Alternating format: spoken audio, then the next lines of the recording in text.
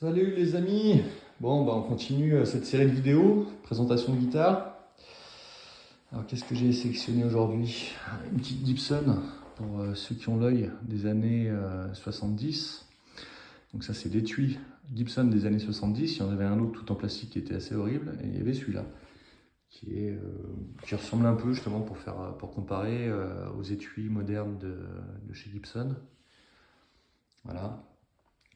Donc on voit qu'il est en super état pour un truc de 50 piges. Alors, pas plus de suspense, qu'est-ce que c'est comme guitare? Eh ben, c'est une Gibson L6S de 1976. Donc c'est une guitare vintage qui a pas une grosse cote. Donc pour ceux d'entre vous qui cherchent des vieilles Gibson, pendant ce qui est pour moi et pour beaucoup leur pire période des années 70, parce que c'était racheté par Norlin, où il y a une réduction des coûts, etc. Mais il y a quand même 2-3 guitares qui étaient vraiment intéressantes et je trouve que celle-là en fait partie. Donc la Gibson L6S Custom. Il y a eu plusieurs modèles qui étaient sortis, ça c'est la version Custom. Donc elle s'est appelée Custom à partir de 75-76. Elle n'avait pas ce nom-là à l'époque, c'est pas marqué Custom dessus, mais c'est bien une Custom. Voilà. Donc ça c'est la version qu'on trouve peut-être le moins, en noir avec la touche en ébène. On a trouvé souvent en naturel avec la touche en érable. Je vous laisse voir. Hop. Voilà, le numéro de série qui est typique de 76. Les mécaniques Gibson de ces années-là. Donc tulipe. La volute derrière la tête, typique aussi des Gibson des années 70, début 80. Le manche assez fin. Hop. C'est compliqué de faire les choses à une main. Voilà. Donc la touche en ébène, la couleur black et le fameux chevalet harmonica typique des années 70 de chez Gibson,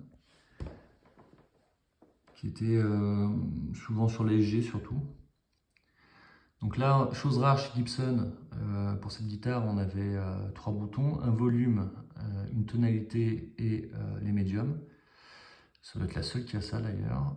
On avait un sélecteur ici qui n'a rien à voir avec celui de la Lucille. Donc là, c'était un sélecteur de micro, donc on a micro manche, micro chevalet, les deux, et on a la même chose aussi hors phase et en phase, hors phase, donc qui était assez sympa. Les micros qui étaient des Bill Lawrence, donc c'est lui d'ailleurs qui avait designé la guitare pour Gibson à l'époque. Et c'était la première Gibson à avoir 24 cases. Voilà, donc c'est assez intéressant aussi là-dessus.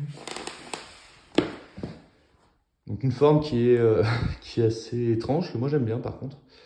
On dirait un peu une Les Paul qui a fondu. On dirait un peu une Les Paul qui a fondu. Et c'est une guitare qui ne cote pas énormément. On est autour des 2000-2200 euros. Là où des Les Paul Custom, on va être actuellement sur ces années-là, sur du 5000 euros, quoi. Et moi, je vous recommande vraiment cette guitare parce que elle est polyvalente, elle est agréable à jouer. On retrouve quand même pas mal de choses qui équipent la Les Paul Custom. Une tête un peu différente aussi. J'aime bien. Voilà. Et beaucoup d'artistes ont joué avec quand elle est sortie. Donc Santana, Jim Wheeler, guitariste de Kansas, Prince en a une, Malcolm Young de CDC a enregistré une partie du premier album avec. Donc il y a quand même pas mal de rockstars qui ont utilisé ce modèle et elle est un peu tombée dans l'oubli et on en trouve vraiment des pas chers.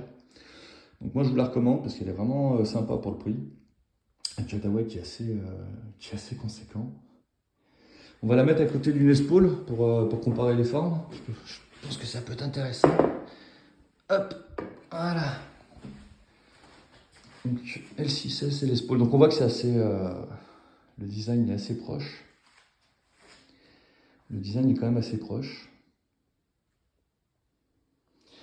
Donc la L6S a le manche en 3 parties, typique des années 70, la volute, typique des années 70, la touche en ébène, Le corps en érable, qui est assez rare aussi sur les Gibson. Il n'est pas en acajou, il est en érable en plusieurs parties. Donc ça lui donne aussi un son différent. Elle est très très très très très très très lourde. C'est une guitare qui est vraiment lourde. Je pense que c'est l'érable contre l'acajou, à mon avis. L'érable est quand même beaucoup plus lourd. Voilà. Donc manche entre parties en érable aussi. Voilà. Si vous en avez jamais eu en main, essayez d'en choper une. Je trouve vraiment que ça vaut le coup, quoi. Par rapport à une Les Paul, la différence de prix qu'il y a maintenant entre les deux, ça en fait limite une bonne affaire, quoi. Voilà, j'espère que ça vous aura plu pour une super gratte. Allez, à la prochaine. Salut!